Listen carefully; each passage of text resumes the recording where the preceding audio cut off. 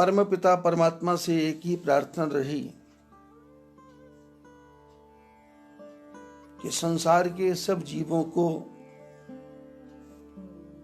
भगवान अपने चरणों में लगाए और सारे संसार के दुखों का ये जो परिणाम है, भयंकर बीमारी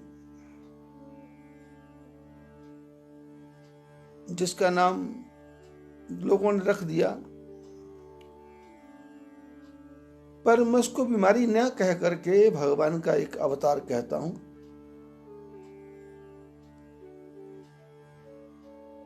क्योंकि शंकर भगवान अवतार लेते नहीं हैं,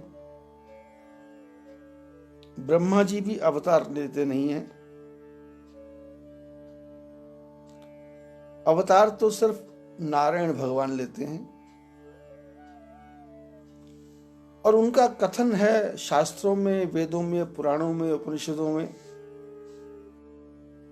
संसार में जब अत्याचार बढ़ता है, अत्याचार का अर्थ है कि हर काम में अति कर देना।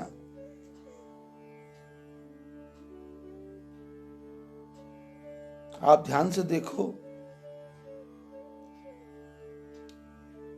हर बड़ा देश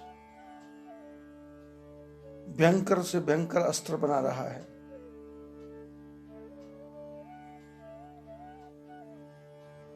और सभी देश मिलकर के चाहते हैं कि मनुष्य की जनसंख्या कम हो जाए।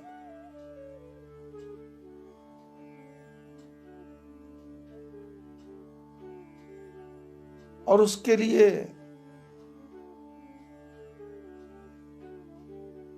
संसार में इतना दुर्व्यवहार चल रहा है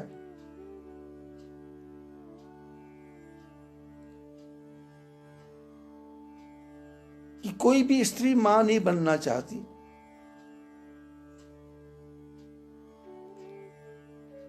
यदि बनने की संभावना भी हो तो अनेक प्रकार की गोलियां और अनेक प्रकार के साधन विज्ञान ने बना दिए। युद्ध की भूमि में लोगों को मारने के लिए अनेकों प्रकार के शस्त्र अस्त्र बना दिए, क्योंकि मनुष्य को अपने ऊपर विश्वास है। मनुष्य कहता है मैं भगवान पर विश्वास नहीं करता।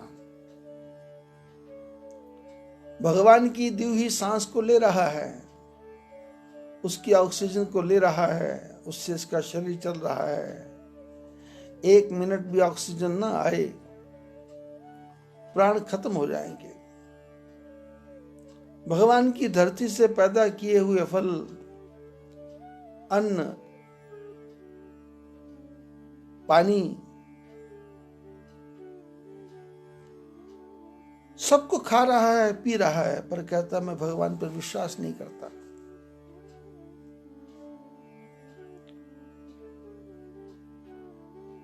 और जो लोग भगवान को पर विश्वास करते हैं तो उन्होंने अनेकों प्रकार के साधन बना लिए।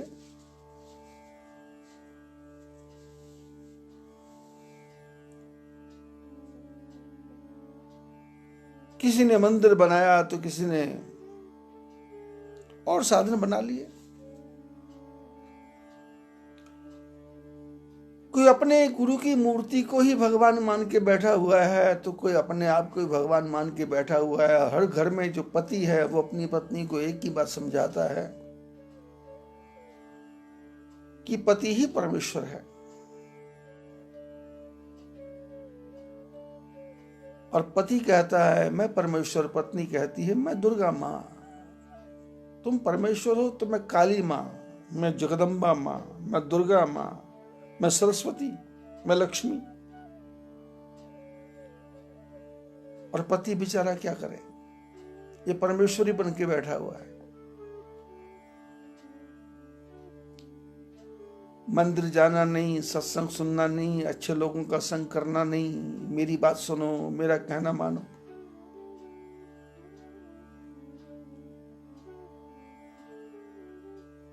और ऐसा संसार का खेल हो गया है जैसे कोई सन्निपात रोग हो गया। सन्निपात रोग होता है हमारे शरीर में कफ पित्त वात है, ये तीन हमारी प्रकृति है। लेकिन कफ पित्त वात जब तीनों मिल जाते हैं तो सन्निपात हो जाता है।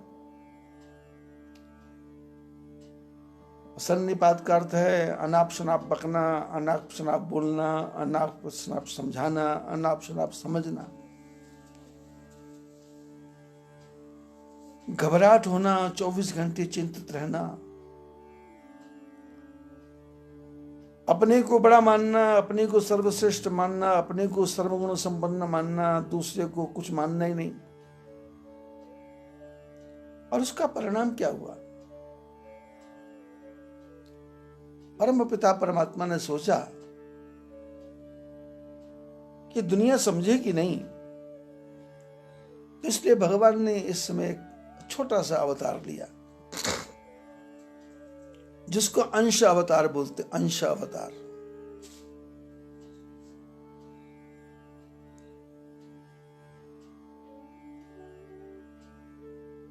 भगवान राम मर्यादा पुरुषोत्तम है और भगवान कृष्ण 16 कला संपूर्ण है, सभी कलाओं में पूर्ण है। और परशुराम भी अंशावतार, ऐसे बुद्ध भी अंशावतार, नानक भी अंशावतार। प्रकृति से खिलवाड़ मत करो, परमात्मा के द्वारा दी हुई संतानों की हत्या मत करो।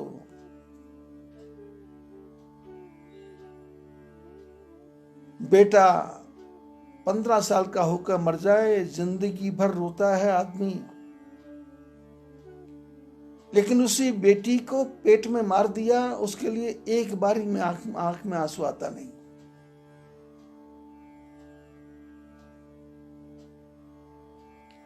और भगवान ने क्या किया? ऐसा अवतार लिया कि जो परमाणु बम बनाने वाले हैं वो भी घबराए हुए हैं, जो मिसाइल बनाने वाले हैं वो भी घबराए हुए हैं, जो सैटेलाइट पहुंचाने वाले हैं वो भी घबराए हुए हैं, जो मंगल पर गए हैं वो भी घबराए हुए हैं, जो चंद्र पर गए हैं वो भी घबराए हुए हैं। विज्ञान में उन्नति करना बुरी बात नहीं है, लेकिन विज्ञान से हत्या करना, किसी को मारना, ये एक अपराध है। और अपराध हम सब ने मिलकर के किया है, विश्व में सबने किया है, छोटे ने, बड़े ने, अपने ने, पराये ने, बोल करके, कह करके, सुन करके, देख करके, समझ करके, दूसरे से ज्ञान लेकर के किया क्या? पाप।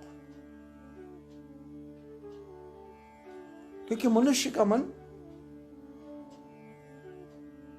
भगवान की भक्ति में लगता नहीं।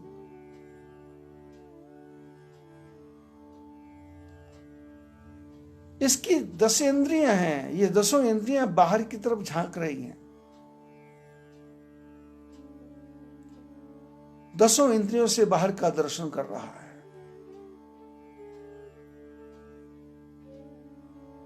शास्त्र कहते हैं ये आपकी आंख है, ये आंख भगवान की तरफ रखो, आंख से खोल करके देखो कि संसार में परमात्मा ने ये सब कुछ जो बनाया है, कितनी सुंदर सृष्टि, कितना अच्छा, कितना बढ़िया, कितने गुणों से भरी हुई पृथ्वी, पृथ्वी के ऊपर जल, कहां पाताल, कहां आकाश, कहां सितारे घूम रहे हैं, कहां चंद्रमा घूम रहा है, कहां धरती घूम रही है, कैसा गुरुत्वाकर्षण बनाया होगा, सूर्य घूम रहा है, चंद्रमा घूम रही है, पृथ्वी घूम रहा है, पता नहीं कौन किसके चारों तरफ घूम रहा है, पर शास्त्रों ने कहा कि मनुष्य को परमात्मा के चारों तरफ घूमना है। उठते बैठते सोते जागते भगवान का स्मरण। और सनातन धर्म में तो पूरा वर्ष ही त्योहार है, पूरा वर्ष ही उत्सव है। ऋषि मुनियों ने कहा कि रोज जियो, रोज खाओ, रोज आनंद लो और रोज किसी ना किसी बहाने भगवान की याद करो।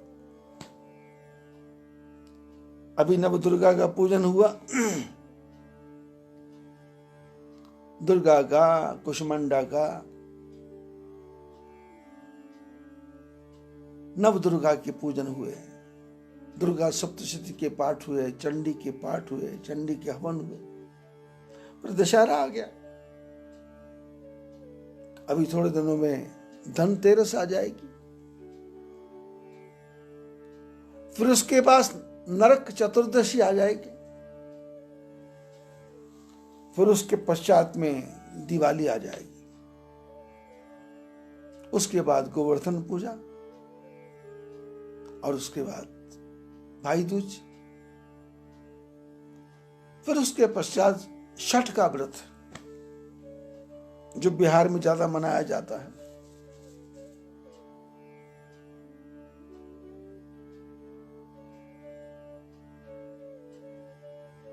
सावन आया तो सावन भर भगवान की पूजा करो। अब कार्तिक महीना आ गया, पूरे कार्तिक महीने में भगवान की कथा, सत्संग, भजन, कीर्तन और साथ में संसार का काम। संसार का काम बंद नहीं करना, पर भगवान के लिए भी समय निकालो। संतों ने, महापुरुषों ने कहा कि प्रातः काल 4 बजे उठ जाओ। वैसे तो 3 बजे का समय है, 3 से 6 सारी सृष्टि शांत और आकाश में जो सितारे तारे हैं वो भी धीरे धीरे लुप्त होने लगते हैं। धीरे धीरे सूर्य की रोशनी बाहर आती है और सूर्य की रोशनी को देख करके पक्षी चहचहाते हैं।